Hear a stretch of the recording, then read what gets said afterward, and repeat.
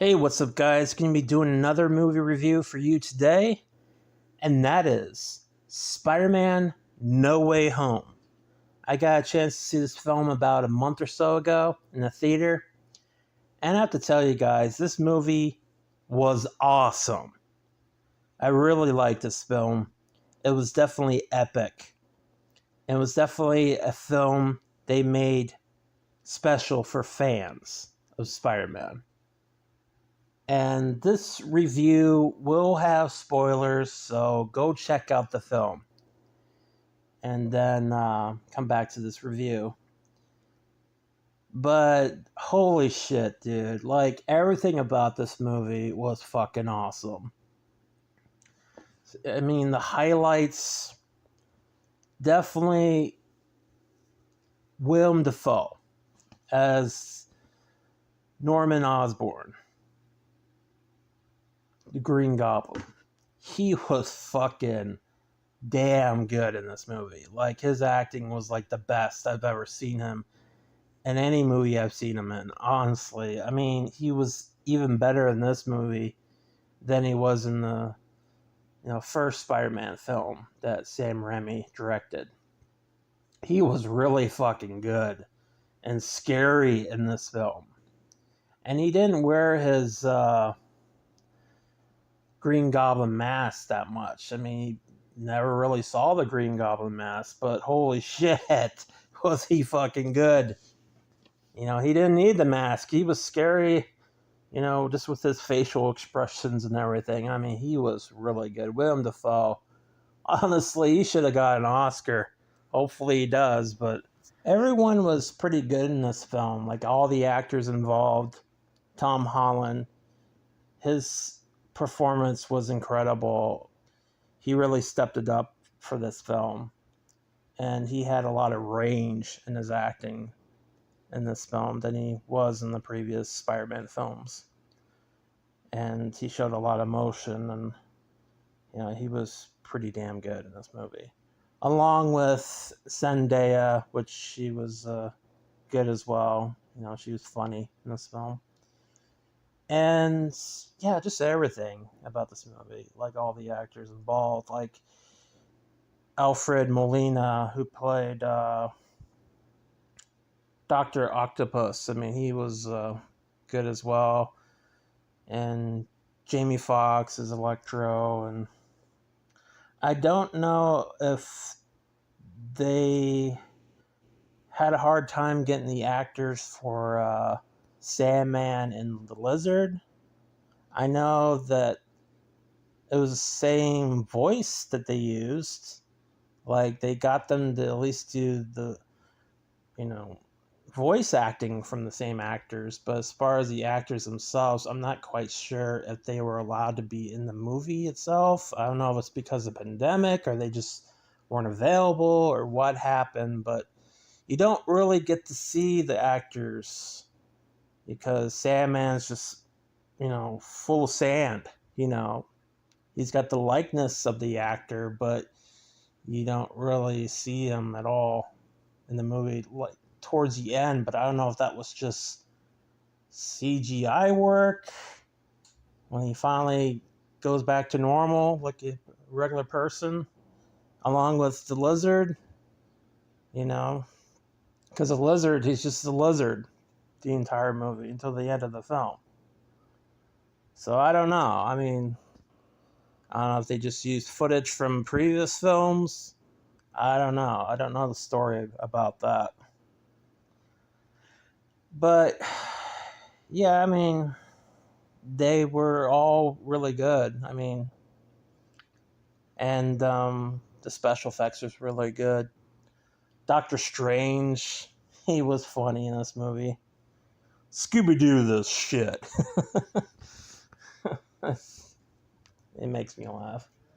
But yeah, I mean, it's just everything was this was just a fun movie, really entertaining,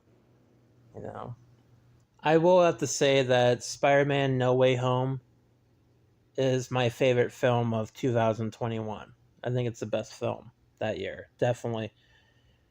It was just one of those movies that you keep thinking about and you keep talking about it with other people, that enjoyed it as well. It's just one of those movies that's a conversation piece. Definitely.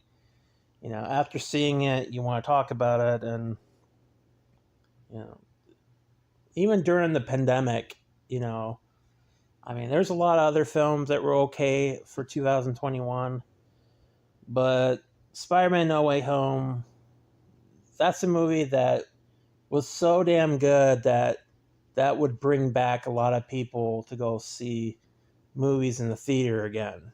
No, because they made this film for fans. It wasn't agenda driven or any bullshit.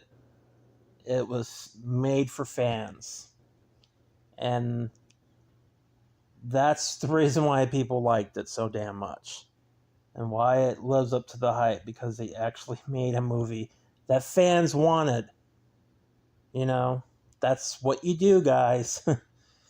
you know and I really liked the movie, and this is just such a good movie. I was so mind blown by how good it was. It's like, damn, that was good. And there was speculation with this film, like, going on for like a couple years or so, about, because it deals with like multiverse. You got the Green Goblin, you got Dr. Octopus, you got Electro, you got the Lizard, you got Sandman from the previous film, same actors and everything, And, there's speculation of what's going on. Are we going to have the other Spider-Man from the other films show up in this film? And there's so much speculation about it. And then I was really surprised myself when I saw Andrew Garfield show up. I was not expecting that at all. I thought maybe if he even did show up in this film, it'd be like towards the end, like a cliffhanger for another film. But I was really surprised that he showed up earlier than I was expecting. I wasn't even expecting him to show up at all, but holy shit, that was really cool once you saw Andrew Garfield, Spider-Man. I was like, wow, that's so freaking cool. Like, the nostalgia is just like, holy shit. And then freaking Tobey Maguire shows up. I'm like, oh my freaking God.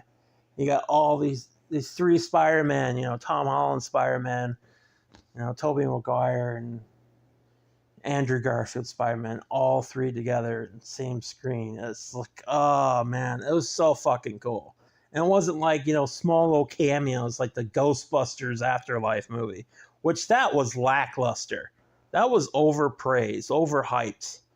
This movie definitely deserves the hype because it lives up to the hype, but that Ghostbusters Afterlife did not live up to the hype at all. Bill Murray and Ernie Hudson and Dan Aykroyd, they show up like, what, last 10 minutes or so in the movie. The really small cameos. It was pretty lackluster and everything. That movie, holy shit, that's like another review, for another day. That was just, to me, a disappointing movie, in my opinion. But this film was awesome. Tobey Maguire, Andrew Garfield, they had a reason for being there. They were part of the story. They helped Tom Holland's Spider-Man grow as a character. And Andrew Garfield and Tobey Maguire's characters, they were in it for a good amount of screen time. I was really surprised. It wasn't some small little cameo. It was actually pretty damn awesome. And them helping each other out and acting like brothers. I thought that was really cool that they did that. The brothers they never had, It was really awesome. But there's some surprises with this film. I was a little surprised by certain things about it. I mean, definitely nostalgia is there. With Peter talking to Dr. Octopus. And basically what they're trying to do is like have where they find some kind of like serum or something to get these villains to become normal again, so they're not fucking crazy out of their mind. And that's what Tom Holland and Andrew Garfield and Tobey Maguire is trying to do. Their Peter Parkers are trying to help them out. And yeah, it's like just the story was pretty cool. I mean, this is definitely Tom Holland's best Spider-Man film. Definitely, it's a lot better than the other two: Spider-Man: Homecoming, Spider-Man: Far From Home. Yeah, Spider-Man: No Way Home is definitely epic. It's definitely like deserves to be next to like Tobey Maguire's Spider-Man films. That's how fucking good it is. I mean, it's really good. I was really surprised by how good this movie was. It really brought me back to watching the Sam Raimi films. That's how fucking good this movie was. And the story's pretty good. I mean, it's just Tom Holland, Spider-Man, he gets himself into trouble, with Doctor Strange, and they screw things up, basically, and you got this multiverse of villains and, Spider-Man, coming in to his world, and it's just, yeah, it's pretty awesome. I was a little surprised that they actually went there with Aunt May. I was like, damn, I didn't expect that at all. Although Aunt May does die in the comics. She does. Um, I actually own that issue, actually. Yeah. So, I mean, I was a little shocked by it, but then after, I'm like, yeah, that did actually happen. She did die in one of the comics. The death of Aunt May. But I was surprised he went there. And I was surprised that Aunt May actually said to Peter, with great power comes great responsibility. I was like, holy shit, wow. And there's no Uncle Ben in this version of Spider-Man with Tom Holland. But I like that they had where this Spider-Man with Tom Holland, it's more like his character is finally growing. And this is more adult than the previous Tom Holland films. They felt like kind of kiddish in a way in areas. But this was like really good. This reminded me of the previous Spider-Man films that, Andrew Garfield and Tobey Maguire were in. But it definitely felt more like a coming of age kind of,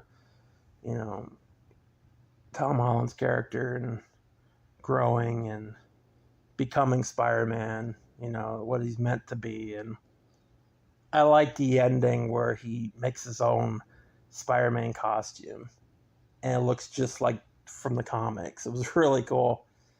But he did something like a spell, like he had Doctor Strange do a spell where everyone forgot about him. And that was the only way they could get where, all the stuff to stop happening, basically. And yeah, it was a good way to end things. They keep talking about a trilogy, like a new trilogy with Tom Holland. I mean, if they wanted to end it here, it'd be okay. I don't know what they plan on doing. I keep hearing like rumors they might do like more like multiverse type of movies with Tom Holland and Andrew Garfield and Tobey Maguire. That'd be cool. I keep hearing Spider-Man 4 with Tobey Maguire and Amazing Spider-Man 3 with Andrew Garfield. You hear all kinds of rumors. Another one's Spider-Gwen with Emma Stone. Yeah, they keep talking about a Spider-Gwen with Emma Stone. Her own solo movie. That sounds kind of cool. Because that character was in Spider-Man Into the Multiverse, the animated movie. But yeah, that'd be cool to see a live action Spider-Gwen with Emma Stone and, a cameo with Andrew Garfield. That'd be kind of cool. But yeah, I mean, it seems like Spider-Man is going to be here to stay. They're going to make more movies. This is actually a really exciting time to be a Spider-Man fan after seeing this film, because there's just so much stuff they could do. Like, they got the Morbius movie coming out that's connected to Spider-Man. All these other movies that are spin-offs are coming out that are part of the Spider-Man universe. It's just a really great time to be a comic book fan. All these movies. It's really awesome. Because they didn't have this type of stuff back in the day. It's really exciting. And I'm really looking forward to all this stuff that's coming out. Whatever they plan on doing, They're definitely going in the right direction. I'm really curious about Venom 3. If we finally are going to get Tom Holland and, Tom Hardy to fight each other. Spidey and Venom fight each other. That'd be pretty cool if they do that. I think they're hinting on that. But who knows? Who knows? Who knows? But anyway, yeah, this is my review of Spider-Man No Way Home. I really enjoyed it. It's worth picking up on Blu-ray or 4K Ultra HD if you have that. And yeah, it was pretty awesome. Really epic. Really fucking enjoyed this movie. Yeah, so yeah, I hope you guys enjoy this movie review of Spider-Man No Way Home, and I hope to talk to you guys some other time. Take care, and we'll see you later.